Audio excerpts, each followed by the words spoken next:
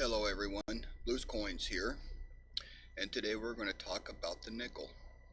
The nickel wasn't always worth 5 cents. In 1865, the nickel was also known as a 3-cent coin.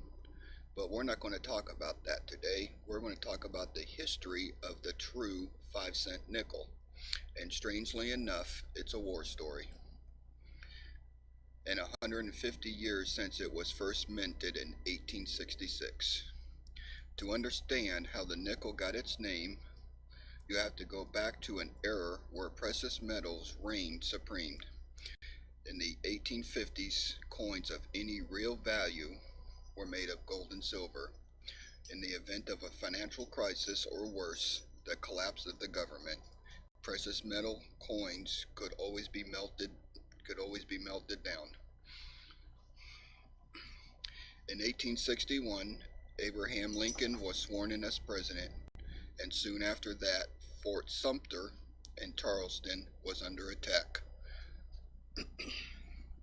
America was in crisis, and so was its currency.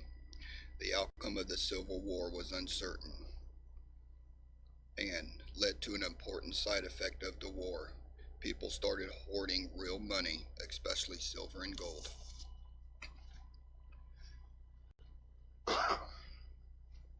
Coins seemed to vanish overnight.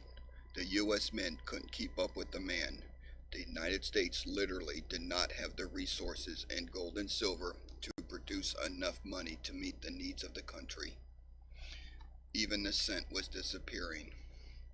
In the South, this problem was even worse. A limited supply of gold and silver was needed to purchase supplies from abroad. This meant the Confederacy relied almost exclusively on paper money. Minting new coins may not seem like a priority at the time, but without coinage, transactions of everyday life, like buying bread, selling wares, sending mail, became almost impossible, and storekeepers had to cut their prices 1 to 4 cents for each transaction, or refused to sell products outright because they were unable to get a hold of money. It was the economy vacuum of the United States tried a series of monetary experiments. In 1861, the government began paying Union soldiers with demand notes, also known as greenbacks.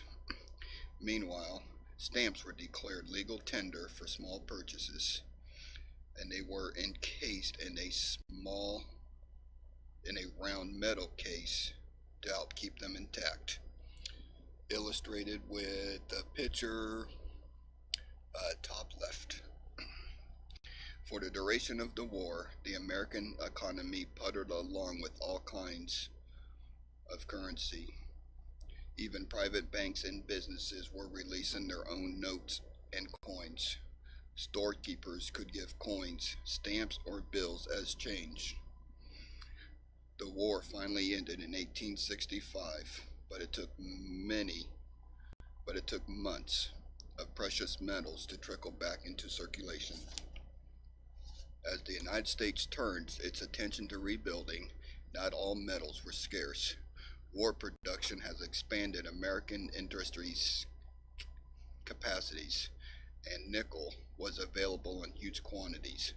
The advantage of nickel lay in what it wasn't scarce. This meant the government could print millions of coins without creating a shortage. And it wasn't a precious metal, so people wouldn't hoard it. Only after a bizarre 1866 controversy about paper money, however, did nickel coins finally conquer everyday life. At the time, the National Currency Bureau, later called Bureau of Engraving and Printing, was led by a man named Spencer Clark. He was tasked to finding a suitable portrait for the 5-cent note. Clark's selection was a proud man with dark eyes and a thick white beard. Clark put his own head on the currency without the authority whatsoever. The public was not amused. While legislators were making speeches in Congress denouncing Clark's portrait, an industrialist named Joseph Wharton was busy pondering legislator to find an alternative to paper money.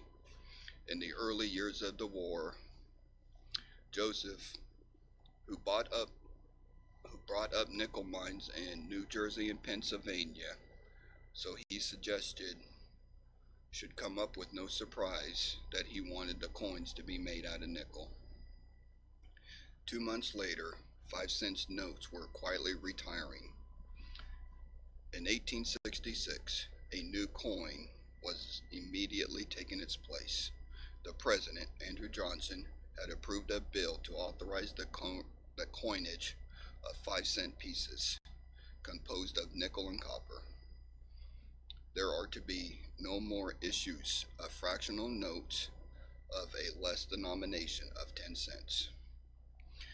The new coin was decorated with a shield, the words, "In God We Trust," and a large 5 surrounded by the stars and ray design. That year, the government minted a whopping 15 million 5-cent nickels, more than 100 times the number of silver half dimes minted the year before. As far as the future of the nickel was concerned, the timing was perfect. The post-war economy began to gather steam again. The supply was there and the demand was there. The nickel caught on for a few reasons. First of all, after years of coin shortages, nickels flooded the economy. Nearly 30 million were printed in 1867 and 1868. Even after that, as dimes and quarters rose in prominence, nickels were the coins of convenience.